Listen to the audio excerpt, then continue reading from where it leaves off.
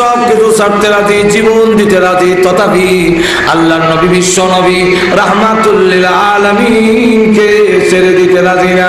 একটা ঘটনা কইতাম নি, আরো জোরে কোন না, অসুবিধা হইতেছে।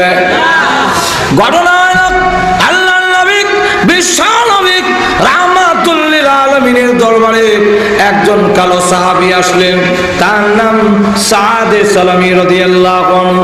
অত্যন্ত কালো, আবার গরীব। এসে বলেন, ইয়া রাসূলুল্লাহ, ইয়া হাবিবাল্লাহ, আল্লাহর নবী গো, আমি গরীব, আমি কালো, এই কারণে আল্লাহ কি আমাকে জান্নাত দিবেন না?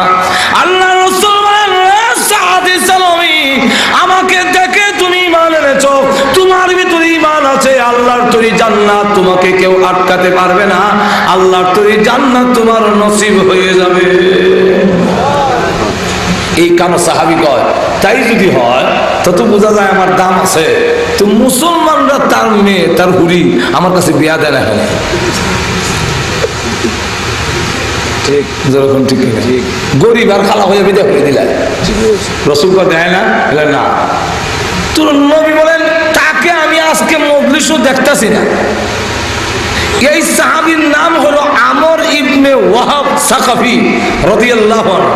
তাকে আমি দেখতেছি না, যদি দেখতাম থাকতো তাহলে আমি ডাইরেক্ট প্রস্তাব দিতাম, যেহেতু আজকের অনুষ্ঠানে মজলিসে মাহফিলে নাই, তুমি যাও আমার পক্ষ থেকে গিয়া বিয়ার প্রস্তাব দাও।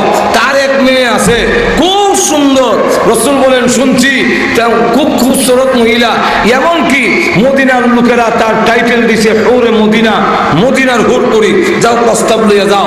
হযরত সাদ সালামী রাদিয়াল্লাহু আনহু ওনার বাড়ির সামনে গিয়া কয়, আসসালামু আলাইকুম। ওয়া আলাইকুম সালাম। বাড়িতে আসেননি? হ্যাঁ বাড়িতে আছি। তো আপনার মেয়েকে তুমি করতে গেছো?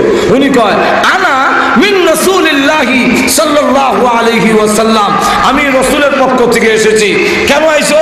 আপনার মেয়ে সুন্দরীকে আমার কাছে বিয়া দেওয়ার জন্য প্রস্তাব লয়ে এসে।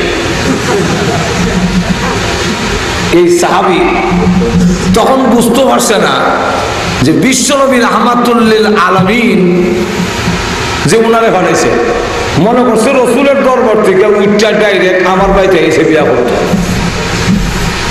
তাই তিনি ডাক দিয়ে বলেন, না না না, ইমন খালা বেড়ার গরিব বেড়ার কাছে কেমনি বিয়া দেয়? প্রস্তাব ফিরাই দিয়েছে। হযরত সাদ সালামী রাদিয়াল্লাহু আনহু তখন ডাক দিয়া কয়, দিলে দেন, না দিলে নাই। আল্লাহ রাসূল বলছেন আমি জান্নাতি, আপনার মেয়ে না দিল জান্নাতের হোর বড়ি আমার জন্য অপেক্ষায় আছে। আর তো আস্তে বলছো কইয়া যায় কি? মেয়ে ডাক দিয়া কয়, আব্বা, ইয়া আবি আন্নাজা আন্নাজা, নিজেকে রক্ষা করুন, নিজেরে বাঁচান। ওহী নাজিল হওয়ার আগে, আয়াত নাজিল হওয়ার আগে দৌড় দেন। আরে কিতা আয়াত নাজিল হইতো? কি আয়াত নাজিল হইতো? কেন বলে আপনি এখনো ঠার হয়েছেন না। হে আব্বা শুনুন, ওই যে একটা লোকের প্রস্তাব আপনি প্রত্যাখ্যান করলেন, ফিরাইয়া দিলেন, উনি যে আল্লাহর নবীর পক্ষ থেকে এসেছে, আপনি কি খেয়াল করেননি? তার প্রস্তাব যদি আপনি প্রত্যাখ্যান করেন, ফিরাইয়া দেন, বিশ্ব নবী নারাজ হয়ে যাবে। বিশ্ব নবী নারাজ হলে মহান আল্লাহ নারাজ হয়ে যাবে। আল্লাহ যদি নারাজ হয়ে যায়, আপনার বিরুদ্ধে কোরআনের আয়াত নাজিল হয়ে যেতে পারে। বাবা তখন ডাক দিয়া কয়, আমি তো আসলে এই কথা খেয়াল করছি না, আমি তো মনে করছি এমনিটাই রেখে এসে বিয়া করতো। রসুল যে ফেলেছেন এই কথাটা তো আমি খেয়াল করিনি। তারা ছিল সত্যিকারের আশিক রসুল। দৌড়ে গেছে রসুলের দরবারে, গিয়া বলেন, ফেদাকে আবি ওয়া উম্মি ইয়া রাসূলুল্লাহ, আমার মা বাবা আপনার জন্য কুরবানি হোক। এই কালো সাদে সালামী, তাকে কি আপনি পাঠিয়েছিলেন আমার কাছে আমার মেয়ের প্রস্তাব দিয়া? বলে হ্যাঁ। আমি বুঝতে পারিনি, আমার মাফ করে দেন। আর বাবা দৌড় দেওয়ার আগে মেয়েকে জিজ্ঞাসা করে, মা আমি যে যাব, আমি যদি রাসূলের প্রস্তাব, এই কালো সাহাবীর প্রস্তাব গ্রহণ করি, তো তোমার মতামতটা তো লয়ে যাওয়ার দরকার। তোমার মতামত কিটা, তুমি রাজি কিনা এটা তাকে জানান লাগে। তখন তিনি ডাক দিয়া কয়, আমি রাজি না না রাজি এটা কি আবার ওয়াজ করে কম লাগলো? আপনি কি আমার বক্তৃতা দ্বারা বুঝতেছেন না? মা, তুমি তো ছেলে দেখো নাই, ছেলে কিন্তু খুব কালো, আবার গরিব, তোমার ভরণ পোষণ করতে পারবে না। মেয়েটা ডাক দিয়া কয়, আব্বা, ছেলে কালো না দলক, ছেলে গরিব না ধনী তা আমি জানতে চাই না। আমার নবী, বিশ্ব নবী রাহমাতুল লিল আলামিন যখন চয়েস করেছেন ওই ছেলে জান্নাতি হবে, তাকে যদি গ্রহণ করতে পারি, দুনিয়ার জীবনে হয়তো কালো হওয়ার কারণে চোখের দৃষ্টি কম হবে, ধন সম্পদ না থাকার কারণে দুনিয়াতে হয়তো কষ্ট হতে পারে, কিন্তু ওই কালো ছেলেকে যদি গ্রহণ করতে পারি, তার হাত ধরে আল্লাহর তৈরি জান্নাতে যেতে পারবো। কারণ স্বামী যদি জান্নাতি হয়, স্ত্রী তার আঙ্গুল ধরে ধরে জান্নাতে যাবে। সুবহানাল্লাহ বলবেন না? আব্বা জান এমনি দৌড় দিয়েছে, নবীর দরবারে গিয়া বলেন, আপনি কি সাদে সালামকে পাঠিয়েছিলেন? বলে হ্যাঁ।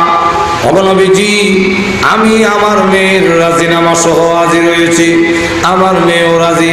আল্লাহর নবী বলেন, তুমি যখন রাজি হয়েছো এক্ষুনি বিয়া পড়াইয়া দিলাই, বিয়া হয়ে যাক। ও সাদে সালামি, ভালো বাড়িতে বিয়ে করবা, বেটা হইল মদিনার চৌধুরী, আবার মেয়েও খুব সুন্দরী, মহর তোমার দিতে হবে। কত দিতাম মহর? 400 দিরহাম। হযরত সাদে সালামি রাদিয়াল্লাহু আনহু ডাক দিয়ে বলেন, ইয়া রাসূলুল্লাহ, 400 দিরহাম দিব দূরের কথা, 1 দিরহামও আমার পকেটে নাই।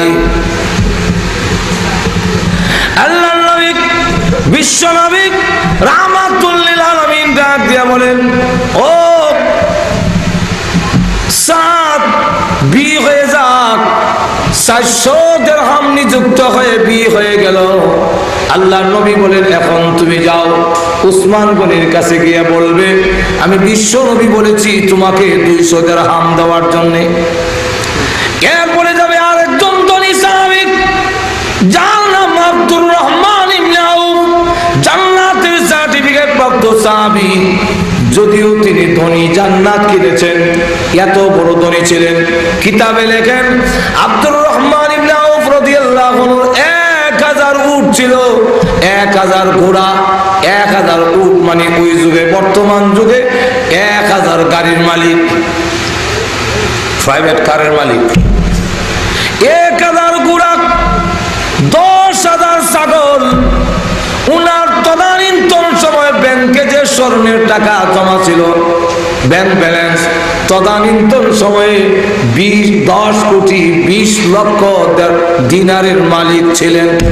কিতাবে লেখেন, উনার আওলাদেরা উনার ইন্তেকালের পরে স্বর্ণের টুকরাগুলো লোহা দিয়া সেদাইয়া বাগ করতে গিয়া কুড়াল মুতা হয়ে গেছে স্বর্ণ খাইয়া। সুবহানাল্লাহ বলবেন? এখন চিন্তা করেন কেমন ধনী। ধনী হওয়ার পরেও জান্নাত থেকে পিছপা পিছাইতে পারে নাই, জান্নাতের সার্টিফিকেট কিনেছে। তাহলে বোঝা যায় ধন হইলে জান্নাতও কিনন যায়, আবার ধন হইলে জাহান্নামও। ওনারা প্রত্যেক বছর এইভাবে একটা মাহফিল দেয়। আর এমন লন্ডনীয় আছে, লন্ডন থেকে আইয়া বিশালের লড়াই লাগায়। আরো তো এখন আসেনি না, তো বেশ কম আসেনি, বিশাল দিয়ে আবার কয় জিতিল রে জিতিল, অমুক গাঁও জিতিল, সারাদিনের কষ্ট খুশি ভাইয়া তুষ্ট। একদিন দেখি মিছিল দেওয়া যায়, আর আমি আমার গাড়ি আটক, এরা মিছিল দেয়। গ্রামের নাম হইতাম না এই কারণে, যেহেতু আপনারা গ্রাম চিনি নেইবা, এর লেগে হইতাম না। এরা মিছিল দেওয়া যায়, কয় জিতিল রে জিতিল, অমুক গাঁও জিতিল, সারাদিনের কষ্ট খুশি ভাইয়া তুষ্ট। আমি কই জাহান্নামের ভার খাইয়া আরো বেশি তুষ্ট হইবা। ভাইরা আমার, লক্ষ্য করে দেখুন, কেউ টাকা হলে জান্নাত কিনে, আর কারো টাকা হলে জাহান্নাম কিনি। তখন ওই সাহাবী আব্দুর রহমান ইবনে আউফ রাদিয়াল্লাহু আনহু উনার কাছে যাইবা, গিয়া বলবা আমি রাসূল বলেছি আরো 200 দিরহাম দেওয়ার জন্য। তখন কত হইব?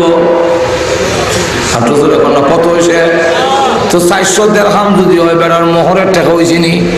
আপনি জোরে কোন। এখন খালি মোহরের টাকা দিলে হইব, স্নো পাউডার, জুতা, মোজা, কাপড় চোপড় কিনুন না তো না।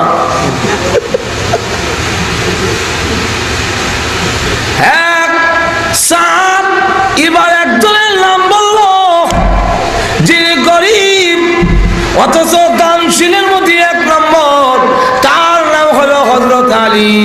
তার কাছে যাইবা, আলী এমন গরিব 4 দিন যায় চুলায় আগুন ধরে না, ফেরের খিদার কারণে রাস্তায় গিয়ে হাঁটে শীতের মধ্যে। আল্লাহর নবী একদিন দেখে দেখে বলেন, হে আলী, এই প্রচন্ড শীতের মধ্যে রাস্তার মধ্যে কেন তুমি হাঁটাহাঁটি করো? হযরত আলী রাদিয়াল্লাহু আনহু বলেন, ওগো আল্লাহর নবী, পেটের খিদায় আর ঘরে থাকতে পারছি না, এই জন্য বের হয়ে গেছি, ঘুমাও ধরে না। দেখবেন সেহরি খাইয়া ঘুমাইলে আর তাই নতুন যায় না, এমন ঘুম লাগে। আর জোহরের নামাজের পরে দেখবেন মসজিদে মুসল্লি দেখাইলে কইরায় একজনের ঘুমও ধরে না। রমজান মাস তখন ঠিক পেটে মুখ তাহলে ঘুমও ধরে না, খালি কইরায় অকলবিজিক ঘুমে ধরে না, রাস্তায় বের হয়েছে। আল্লাহ নবী ডাকতে বলেন, ও আলী, তুমি পেটের খিদায় রাস্তায় আসবে, একটা খেজুর দেওয়ার মতো তৌফিক আমার নাই, আমার ঘরেও কোনো খেজুর নাই। আলী যাও, ওই যে খেজুর গাছটা দেখা যায় তার কাছে গিয়ে বলবে আমি বলেছি খেজুর দেওয়ার জন্য। হযরত আলী রাদিয়াল্লাহু আনহু বলেন, আমি খেজুর গাছের কাছে গিয়ে দেখি খেজুর থাকবে দূরের কথা, ভালো করে পাতাওই নাই, সিজন না। ডাক দিয়ে বলল, ও খেজুর গাছ, আল্লাহ নবী যার খাতিরে तमाम পৃথিবী আল্লাহ সৃষ্টি করেছেন, সেই বিশ্ব নবী রাহমাতুল লিল আলামিন বলেছেন কিছু খেজুর দেওয়ার জন্য। তখন ডাক দিয়ে বলেন, এমনি হযরত আলী বলেন, আমি খেজুর গাছকে বলতে দেরি হয়েছে, আল্লাহর কসম করে বলি প্রত্যেকটা ঢাল থেকে তাজা তাজা খেজুর পড়তে 1 সেকেন্ড